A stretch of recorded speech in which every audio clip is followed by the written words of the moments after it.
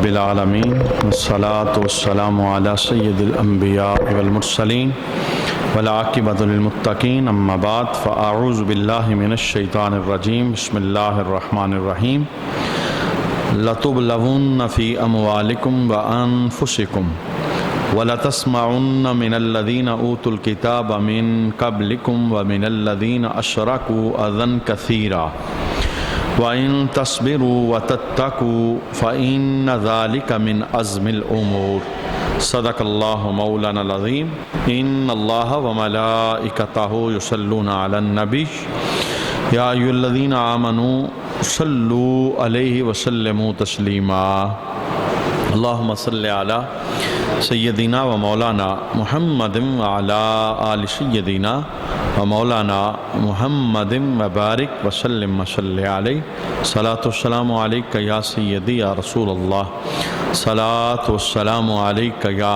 سیدی یا شفیع المذنبین وعلی آلک واصحابک یا سیدی یا رحمت للعالمین۔ بے شک تمہارے مالوں اور تمہاری جانوں کے بارے میں تمہیں ضرور آزمایا جائے گا، اور تم ضرور ان لوگوں سے جنہیں تم سے پہلے کتاب دی گئی اور مشرکوں سے بہت سی تکلیف دہ باتیں سنو گے، اور اگر تم صبر کرتے رہو اور پرہیزگار بنو تو یہ بڑی ہمت کے کاموں میں سے ہے۔ صدق اللہ مولانا العظیم۔ آج کی تلاوت کردہ پہلی آیت کریمہ کے اندر اللہ رب العالمین نے آزمائش، ابتلا اور امتحانوں کے لیے مسلمانوں کو تیار رہنے کا حکم ارشاد فرمایا، اور اس آیت کے علاوہ بھی دیگر بہت ساری آیات ہیں جن کے اندر اللہ رب العالمین نے ایک قرآن کی صحبت میں بیٹھنے والے مسلمان کے ذہن کو اس بات کے لیے آمادہ کیا کہ مسلمانی پھولوں کی سیج نہیں، یہاں تمہیں آزمائشیں آئیں گی، تکالیف آئیں گی، امتحانوں سے تمہیں گزارا جائے گا، جیسے سورہ بقرہ کے دوسرے مقام پر اللہ فرماتا ہے وَلَنَبْلُوَنَّكُمْ بِشَيْءٍ مِّنَ الْخَوْفِ وَالْجُوعِ وَنَقْصٍ مِّنَ الْأَمْوَالِ وَالْأَنفُسِ وَالثَّمَرَاتِ، کہ ہم تمہیں ضرور آزمائیں گے، آزمائش ضرور آئے گی، یعنی جو بھی کلمہ پڑھنے والا ہے، مسلمان ہے، ہر ایک کی آزمائش کا رنگ اپنا اپنا ہوتا ہے۔ اس آیت کے اندر رب کائنات نے فرمایا کہ تمہیں مالوں اور تمہاری جانوں کے بارے میں تمہیں آزمایا جائے گا۔ بعض اوقات مال دے کر آزمایا جاتا ہے اور بعض اوقات مال لے کر آزمایا جاتا ہے، یہ دونوں ہی آزمائشیں ہیں اور بہت بڑی ہیں۔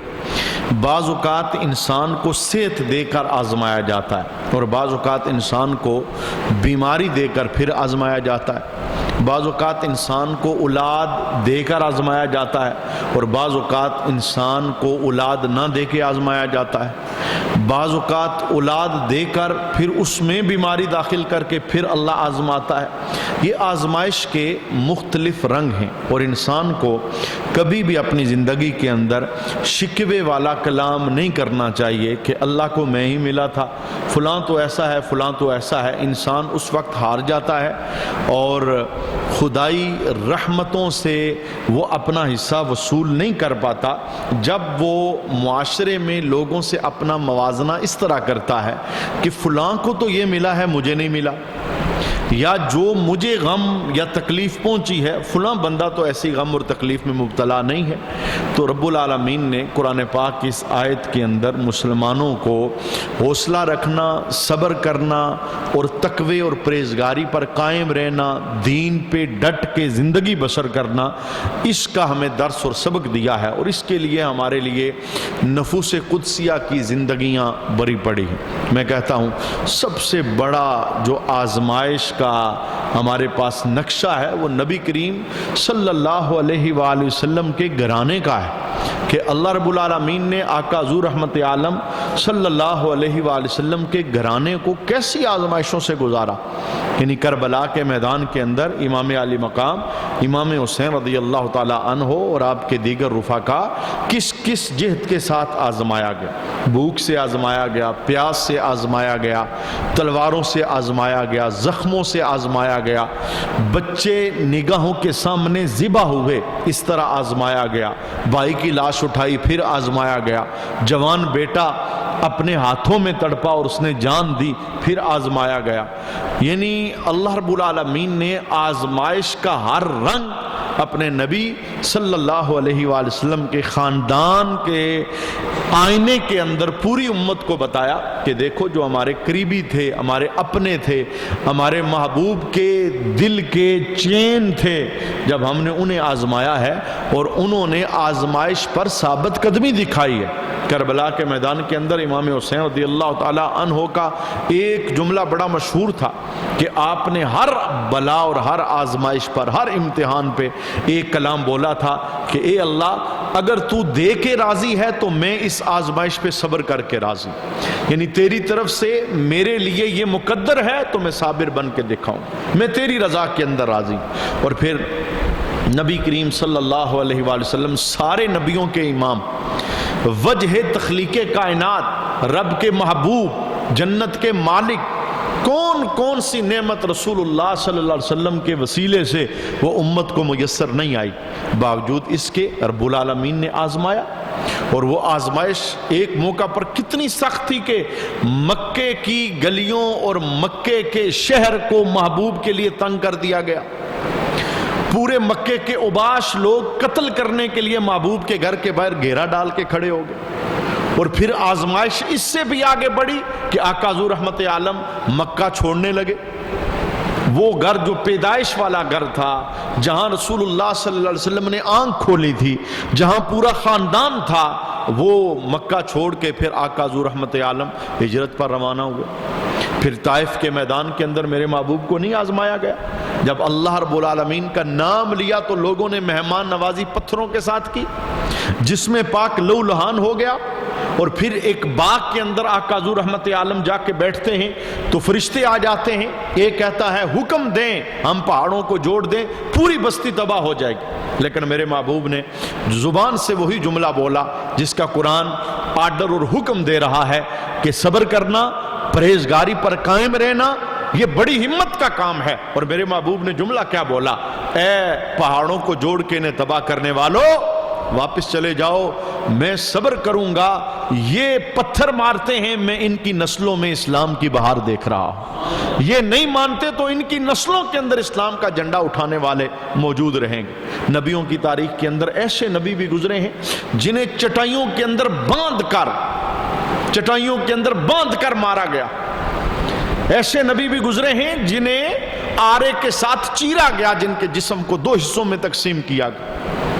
کیا کیا نہ ہوا ان اونچے لوگوں کے ساتھ. یعنی کہنے کا مقصد یہ کہ کبھی بھی انسان کو ہمت نہیں ہارنی چاہیے. چھوٹی آزمائش ہو یا بڑی آزمائش ہو، یہ اللہ آزمانا چاہتا ہے. اور حدیث کے اندر موجود ہے، آقا حضور رحمت عالم صلی اللہ علیہ وآلہ وسلم نے ارشاد فرمایا کہ انسان کو رب جب اپنا پیارا بناتا ہے، اس سے محبت کرتا ہے، پیار تو اس کا سب بندوں کے ساتھ ہے چونکہ وہ مالک جو ہے، پیدا جو کرنے والا ہے، لیکن خصوصی جسے قرب دینا چاہتا ہے تو اسے 3 باتوں میں آزمائش دیتا ہے، ابتلا دیتا ہے.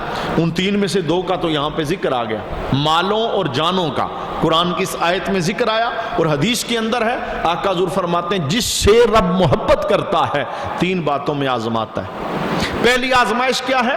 رب اسے مال میں آزمائش دیتا ہے. مال چوری ہو گیا، مال ضائع ہو گیا، مال کم تھا، غربت کی زندگی تھی، گزارا بڑا مشکل تھا، یا مال بہت زیادہ تھا، پھر بھی ایک آزمائش ہے کہ مال کا بندہ حق ادا کر رہا ہے یا نہیں ادا کر رہا.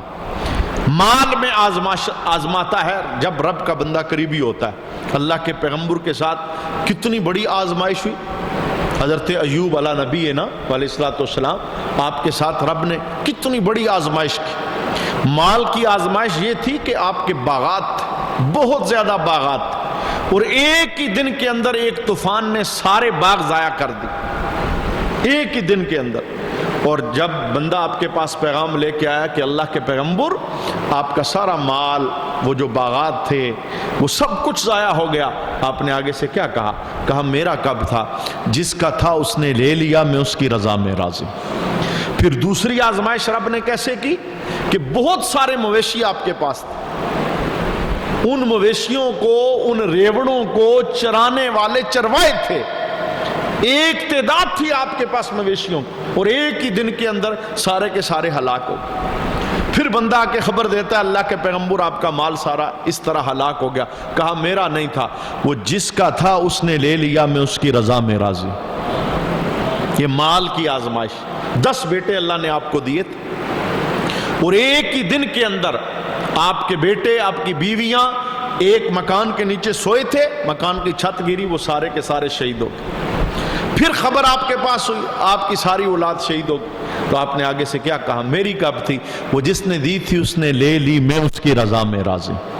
مانا کیا کہ ایک نبی کے آئینے کے اندر پوری کائنات کے لوگوں کو سمجھایا گیا کہ کوئی چھوٹی ابتلا آزمائش آ جائے گھبرانا نہیں، زبان سے شکوہ شکایت نہیں کرنا، یہ نہیں کہنا کہ میں ہی ملا تھا، مجھے اللہ کیوں آزما رہا ہے، مجھے اللہ نے اس آزمائش ابتلا میں کیوں مبتلا کیا ہے، حالانکہ اللہ محبوب کی زبان سے بتا رہا ہے جس سے میں محبت کرتا ہوں اسے میں آزمائش میں ڈال دیتا ہوں، اور آزمائش میں کیوں ڈالتا ہوں؟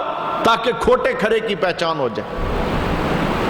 اب دیکھیے آقا حضور رحمت عالم صلی اللہ علیہ وآلہ وسلم کے ساتھ کتنی محبت تھی حضرت بلال کو، اور صرف حضور سے محبت نہیں تھی، حضرت بلال کو ظاہر ہے جس نبی نے رب کا تعارف کروایا تھا بلال کے سامنے، اور بلال بتوں کو چھوڑ کے رب کا جھنڈا اٹھانے والا توحید پرست بنا تھا، اس رب سے بھی بلال کی محبت۔ تو جب اللہ رسول کے ساتھ محبت تھی تو پھر آزمائش کیسی آئی؟ آپ کے جو مالک تھے جس کے پاس حضرت بلال غلام تھے، جب اسے پتا چلا کہ یہ اللہ رسول سے محبت کرتا ہے، اللہ رسول کا نام لیتا ہے، یہ رب رسول کو ماننے والا ہے بتوں کو چھوڑ کے، تو کیا ظلم آپ کی ذات پہ نہیں ڈایا گیا؟ زبان سلاخوں، آگ کے اندر سلاخیں ڈال کر اس سے زبان آپ کی جلائی گئی، اور یہ ابتلا تھی کہ کسی طرح کلمہ بند کرتا، دونوں ہاتھوں کے اندر کیلیں ڈال کر، دھوپ کے اندر آپ کو کیلیں ہاتھوں میں لگا کے کہ حرکت نہ کریں، پھر دھوپ میں رکھ کے سینے پہ بھاری پتھر رکھ دیے جائے، کپڑے اتار کر تپتی ریت پر آپ کو، عرب کی گرمی بھی پھر عرب کی گرمی ہے، وہاں پہ آپ کو لٹایا جاتا، اور آپ کا جو آقا تھا گلے کے اندر رسی ڈال کے اوباش نوجوانوں کے ہاتھوں کے اندر رسی دے دیتا، اسے گلیوں کے اندر گھسیٹو۔ لیکن حضرت بلال نے ایک مرتبہ بھی یہ نہ بولا کہ بڑی آزمائش ہے، میں ہی ملا تھا، میں نے تو کلمہ ابھی پڑھا ہے تو ابھی سے اتنا آزمایا جا رہا ہوں۔ انہوں نے کلمہ نہیں چھوڑا، بلکہ ایک ہی جملہ انہوں نے بولا، کہا نام محمد پر بلال اپنی جان بھی پیش کر سکتا ہے۔ یہ ساری تکالیف، یہ چھوٹی تکالیف، یعنی صحابہ کی تو زندگیاں بری پڑی ہیں، جتنا ان لوگوں کو آزمایا گیا، ہمارے پاس تو آزمائش ہی کوئی نہیں۔ اتنی سہولتیں اللہ نے دی، اتنی نعمتوں سے اللہ نے نوازا، ہر کرم مالک کا، چھوٹی موٹی کوئی آزمائش، وہ جو مسلمانی ہے، مسلمانی کو قائم رکھنے کے لیے کوئی چھوٹا سا درد دل کے اندر اٹھنے والا کسی بھی رشتے کا، وہ اللہ دے دیتا ہے تاکہ بندہ میری یاد سے غافل نہ ہو، میرے نام سے غافل نہ ہو، میری راہ سے غافل نہ ہو، مجھے ہمیشہ یاد کرتا رہے اور میں اس کے سینے میں بستا رہوں۔ وگرنہ آزمائشیں تو ان پر آئی ہیں جنہوں نے میرے محبوب کا دامن پکڑا، جنہوں نے رسول اللہ کا کلمہ پڑھا، ان سے بڑھ کر کسے آزمایا گیا؟ یہی وجہ ہے رب کائنات نے اس آیت کے اندر کیا فرمایا؟ کہا یہ جو صبر ہے نا آزمائشوں پہ، یہ بڑا ہمت والا کام ہے، اور جو ہمت والے کام ہوتے ہیں ان کی جزا بھی بہت بڑی ہوتی۔ میرے محبوب نے بزم عشر کا ایک نقشہ بیان فرمایا، کہا ایک عورت اللہ کے دربار کے اندر قیامت کے دن پیش ہوگی، جب نامہ اعمال تل رہے ہوں گے، نیکیاں تولی جائیں گی، میزان قائم کیا جائے گا، پلڑا رکھا جائے گا، پچھلی آیت میں ہم نے سنا پورا بدلہ ملے گا، جو جس نے کیا ہے اس کا بدلہ اسے دیا جائے گا۔ کہا ایک عورت کو لایا جائے گا میزان پہ، ایک طرف اس کی حسنات رکھی جائیں گی، نیکیاں، دوسری طرف اود پہاڑ کو 2 بار رکھا جائے گا، ایک بار نہیں 2 بار، تو میرے محبوب فرماتے ہیں جواب کیا آئے گا؟ اود پہاڑ 2 بار بھی اس عورت کی نیکیوں کا مقابلہ نہیں کر سکے۔ اب یہ سوچیں کہ 15 کلومیٹر سے زائد ایریے پر محیط اود پہاڑ، وہ اونچا کتنا ہے، پھر اس کا وزن کتنا ہے؟ کہا 2 مرتبہ اسے رکھا جائے گا پھر بھی عورت کی نیکیاں زیادہ ہیں، پہاڑ کا وزن کم۔ تو صحابہ نے پوچھا یا رسول اللہ پہاڑوں سے بھی زیادہ نیکیاں، وہ عورت کرتی کیا تھی، اس کا کام کیا تھا؟ یہ ابتلا، یہ امتحان، یہ آزمائش، یہ رب العالمین بندوں کو آزماتا ہے تو زمین سے اٹھا کے آسمانوں کی بلندیاں عطا فرماتا ہے۔ کتنا اس کے اندر اجر ہے۔ میرے محبوب ارشاد فرماتے ہیں باقی کام تو سارے تمہارے والے ہی ہیں، تم بھی نماز پڑھتے، وہ بھی پڑھتی تھی، روزے تم پہ فرض ہیں، اس پہ بھی تھے، آج تم نے کیا، اس نے بھی کیا ہے، لیکن اس کا ایک کام اسے پہاڑوں جتنا اس نے اجر دیا۔ وہ کون سا؟ رب نے 10 بیٹے دیے تھے اسے، اور 10 کے 10 بیٹے حالت جوانی کے اندر پہنچے، ایک ایک کر کے رب نے واپس لے لی۔ یہ آزمائش ہے، اور یہ بڑی سخت آزمائش۔ باپ کے لیے بیٹے کا جنازہ اٹھانا یہ کوئی آسان کام نہیں ہے، کمر ٹوٹ جاتی ہے۔ میرے محبوب ارشاد فرماتے ہیں 10 بیٹے رب نے دیے، 10 جوان ہوئے، ایک کر کے رب نے واپس لے لیا۔ اور جب اس کا کوئی بیٹا جاتا تو اس کا ایک جملہ وہ رب کو بڑا پسند آیا۔ وہ کسی بھی بیٹے کی پیدائش پہ شکوہ شکایت نہیں کرتی، بلکہ کیا کہتی ہے جب بیٹا رب لیتا ہے تو کہتی ہے مولا میرا کب تھا، مالک تو تو ہی تھا، تو نے دیا تھا، تو نے لے لیا، میں تیری رضا میں راضی، میں کون ہوں شکوہ اور شکایت کرنے والے۔ آقا حضور فرماتے ہیں اس کے صبر کا یہ جو پیمانہ تھا، اس کے صبر کا یہ جو انداز تھا، اس انداز کی وجہ سے رب نے اسے اتنا نوازا۔ تو آزمائشیں، ابتلائیں، امتحان یہ اللہ کے پیارے بندوں کی خصوصیت ہوتی۔ میرے محبوب فرماتے ہیں جس سے رب پیار کرتا ہے اسے پہلی آزمائش اللہ اس کی جان کے اندر دیتا ہے، انسان کی وجود کے اندر۔ بہت سارے لوگ بہت ساری جسمانی ابتلاؤں میں مبتلا ہے۔ یہ دور حاضر کے اندر جتنی بیماریاں ہیں یہ تو بہت بڑی آزمائش۔ کسی کے منہ شوگر لگ گئی، کسی کو دل کا پرابلم ہے، کسی کے گردے خراب ہیں، جناب کسی کو کیا بیماریوں کے نام لیتے چلے جاؤ ختم نہیں ہوں گی۔ تو یہ ابتلائیں ہیں، نظر کا کمزور ہو جانا، سماعت کا کم ہو جانا، یہ بڑھاپے کا زور، اور پھر جسم سے سکت کا ختم ہو جانا، یہ آزمائشوں میں سے ایک آزمائش، یہ ابتلا، یہ امتحان ہے۔ اور ایک وقت وہ ہوتا ہے جب بندہ گھوڑے کی طرح دوڑتا ہے، یعنی انسان کی جو جوانی ہے نا، انسان صحت مندی اور جوانی کے عالم میں یہ سمجھتا ہے کہ میں نے کبھی گرنا ہی نہیں، زوال مجھ پہ کبھی آنا ہی نہیں، حالانکہ یہ اس کی ایک بھول ہوتی، یہ اپنے سامنے نقشے دیکھتا ہے، وہ بھی جوان تھا، وہ بھی جوان تھا، آج وہ کہاں پہنچا ہے، یہ بھول جاتا ہے، یہ کہتا ہے میں نے نہیں پہنچنا، حالانکہ اس نے بھی پہنچنا ہوتا ہے۔ یہ کہانی بہت جلدی اس کے ساتھ رپیٹ ہونے والی، اور یہ کمزوری کے اس دانے کی طرف بڑھنے والا ہے، اور اسے سوچنا چاہیے وہ وقت بڑا شدید وقت ہے۔ یہ بھی اللہ کی آزمائشوں میں سے ایک آزمائش ہے۔ اور میرے محبوب فرماتے ہیں جب بندہ یوں کسی بیماری کو لے کے بستر پہ چلا جاتا ہے، وہ بڑھاپا ہے، وہ کوئی اور مرض لگ گیا، اب بندہ اس طرح کا نہیں رہا جس طرح صحت مندی کے دنوں میں رہا کرتا تھا، آقا حضور ارشاد فرماتے ہیں رب اس کا حال پوچھنے اس کے پاس فرشتے بھجواتا ہے۔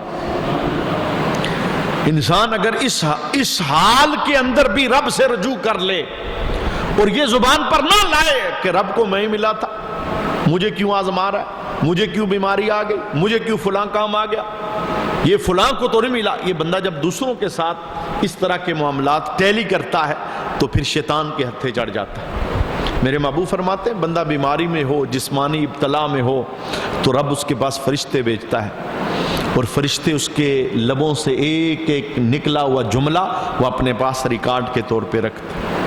بندے پوچھنے آتے ہیں ہاں بھی کیا حال ہے، تو اب اگر اس نے یہ کہا کہ کوئی حال نہیں میرا، بڑا پریشان ہوں، اللہ کو میں ہی ملا تھا، یہ کوئی شکوہ شکایت اس نے کر دی، یہ بھی نوٹ ہو رہا ہے۔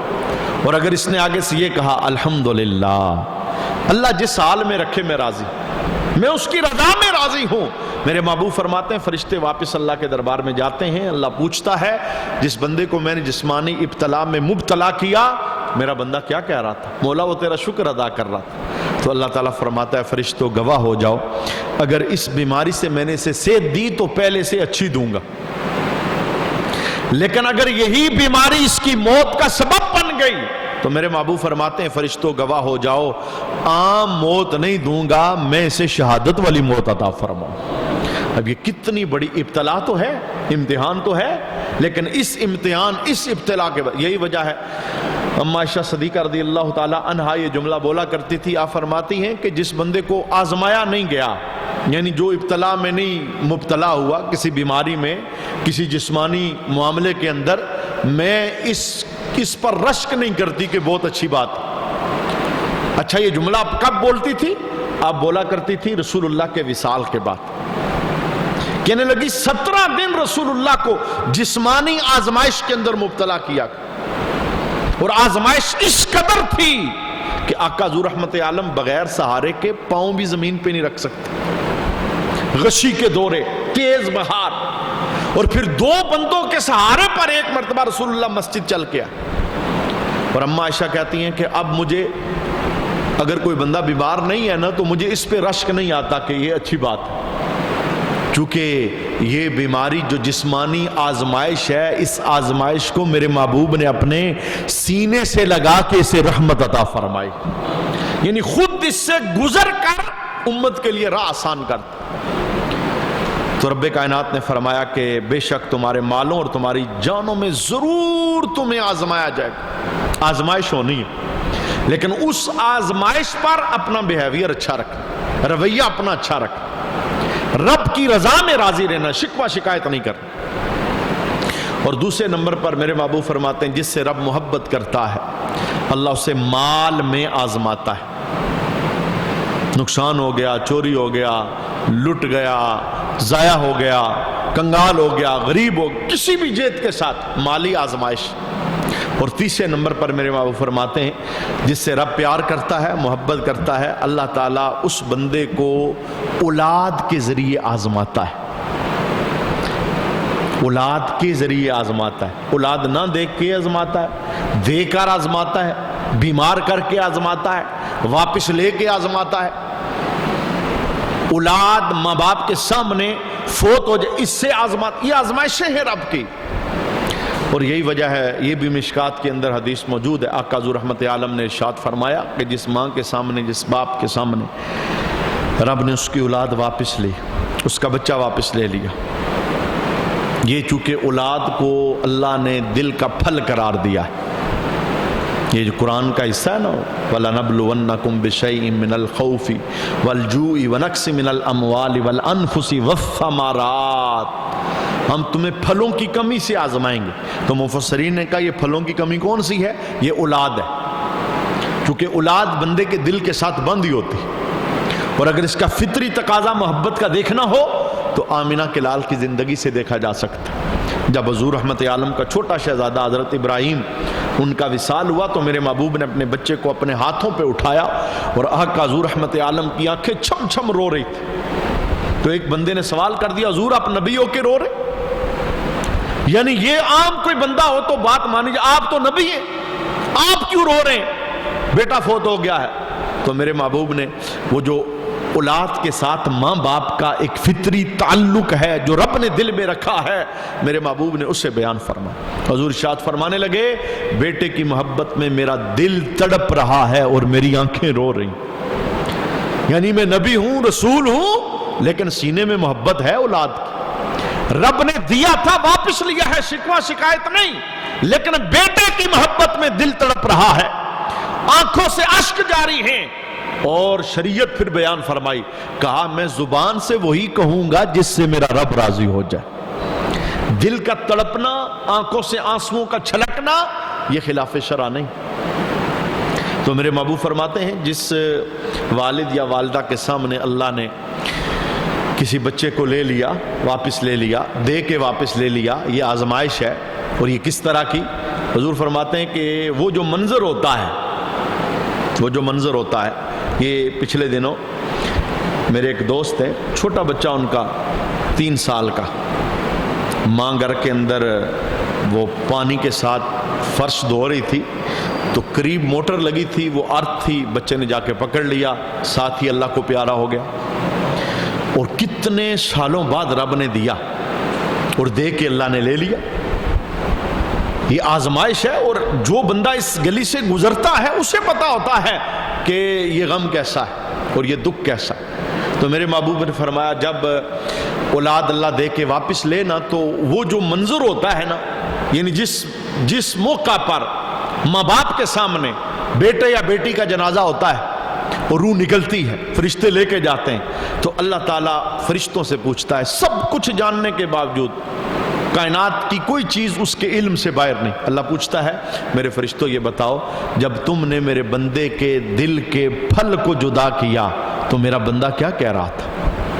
یہ رب کا پیار ہے، اپنے بندے کے ساتھ نظر میں رکھتا ہے، اسے پتا ہے میرا بندہ ہے، میں نے بیٹا دے کے لیا ہے، روئے گا، تڑپے گا، میرا بندہ کیا کہہ رہا تھا۔ تو ہمیں رسول اللہ نے کیا سمجھایا، کیا سکھایا، قرآن ہمیں کیا بتا رہا ہے؟ آزمائیں گے ضرور، لیکن کیا کرنا؟ صبر، تقوی پہ قائم رہنا، یہ بڑا ہمت کا کام۔ تو میرے محبوب فرماتے ہیں کہ فرشتے جا کے کہتے ہیں مولا وہ تیرا بندہ کہہ رہا تھا انا للہ و انا الیہ راجعون، وہ تیری حمد کر رہا تھا۔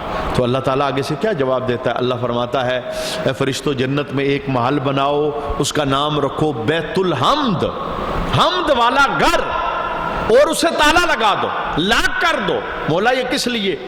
وہ گھر بن گیا، نام لکھ دیا، فرمایا جس ماں سے میں نے لخت جگر لیا ہے، جس باپ سے میں نے بیٹا لیا ہے، یہ ماں باپ جب میرے پاس آئیں گے میں تحفے میں یہ جنت کا محل انہیں عطا فرماؤں گا۔ آزمائش تو ہے، جزا کتنی بڑی ہے، ساری زندگی بندہ وہ محل نہ لے سکتا، لیکن ایک چھوٹی آزمائش دے کر وقتی دل کے اندر دکھ ڈال کے یہ رب کی رضا میں راضی ہوا ہے، تو رب نے بدلے میں اتنی بڑی جزا عطا فرمائی۔ ہم اللہ کے دربار میں دعا کرتے ہیں کہ اللہ کریم ہم سب کو، ہم کمزور لوگ ہیں، بغیر آزمائشوں کے اللہ ہمیں پاس فرمائے، اور اگر اللہ ابتلاؤں آزمائشوں میں مبتلا کرے تو اللہ ہمیں ہمت کے ساتھ صبر کی توفیق عطا فرمائے۔ وما علینا الا البلاغ المبین۔